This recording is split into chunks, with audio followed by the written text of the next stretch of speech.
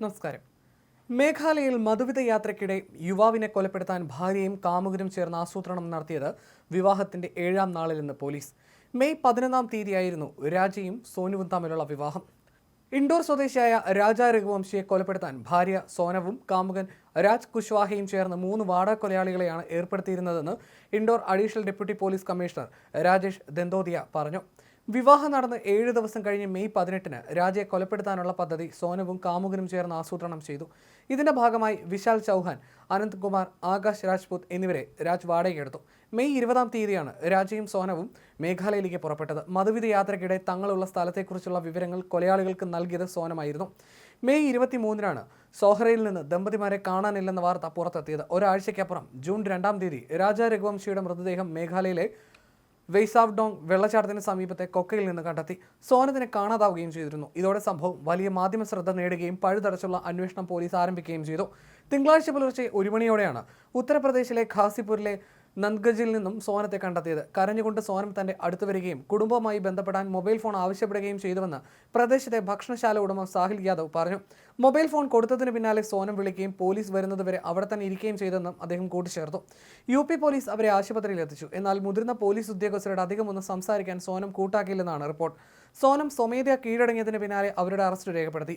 മറ്റു പ്രതികളായ രാജ് കുശ്വാഹയെയും വിശാലിനെയും ഇൻഡോറിൽ നിന്നും, ആകാശിനെ ലളിത്പൂരിൽ നിന്നും, ആനന്ദിനെ ബിനയിൽ നിന്നുമാണ് പോലീസ് അറസ്റ്റ് ചെയ്തത്. രാജയുടെ കൊലപാതകത്തെക്കുറിച്ചുള്ള അന്വേഷണത്തിന്റെ ഭാഗമായി ഖാസിപൂർ പോലീസ് സോനത്തെ മേഘാലയ പോലീസിന് കൈമാറും. രാജ് 3 പുരുഷന്മാർക്കൊപ്പം മുൻപിലും സോനം പിന്നിലും നടക്കുന്നത് കണ്ടെന്നും ഗൈഡ് മൊഴി നൽകിയിരുന്നു. വിവാഹത്തിന് മുൻപ് തന്നെ സോനത്തിന് രാജ് കുശ്വാഹയുമായി പ്രണയമുണ്ടായിരുന്നു.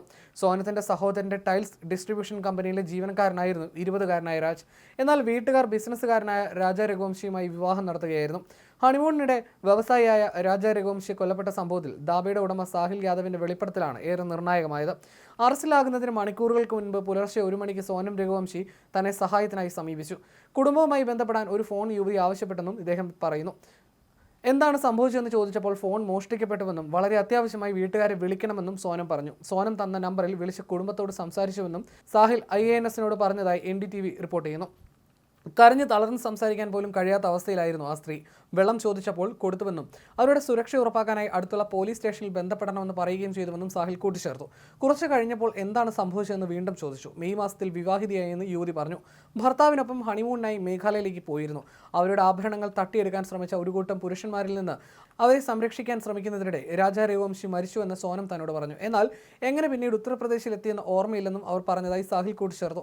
വീട്ടുകാരെ ഫോൺ വിളിച്ചതിന് തൊട്ടു പിന്നാലെ പ്രാദേശിക പോലീസിന് വിവരം അറിയിച്ചു. പിന്നീട് ഇവർ ഗാസിപൂരിലെ നന്ദ്ഗഡ് ജില്ലയിലെ പോലീസ് സ്റ്റേഷനിലേക്ക് പോവുകയായിരുന്നെന്നും സാഹിൽ പറഞ്ഞു. നിലവിൽ സോനത്തെ ഗാസിപൂരിലെ 1 സ്റ്റോപ്പ് സെന്ററിൽ പാർപ്പിച്ചിരിക്കുകയാണ്. 1-ലധികം സംസ്ഥാനങ്ങൾ ഉൾപ്പെട്ട അന്വേഷണം ശക്തമാക്കിയതോടെ സമ്മർദ്ദത്തിന് വഴങ്ങിയാണ് സോനം കീഴടങ്ങിയതെന്ന് മേഘാലയ പോലീസ് പറയുന്നു. കൂടുതൽ ചോദ്യം ചെയ്യലും ജുഡീഷ്യൽ നടപടികൾക്കുമായി ഇവരെ സംസ്ഥാനത്തേക്ക് തിരികെ കൊണ്ടുവരുമെന്ന് Meghalaya IG P. Dalton P. മാരക് IANS-നോട് പ്രതികരിച്ചു.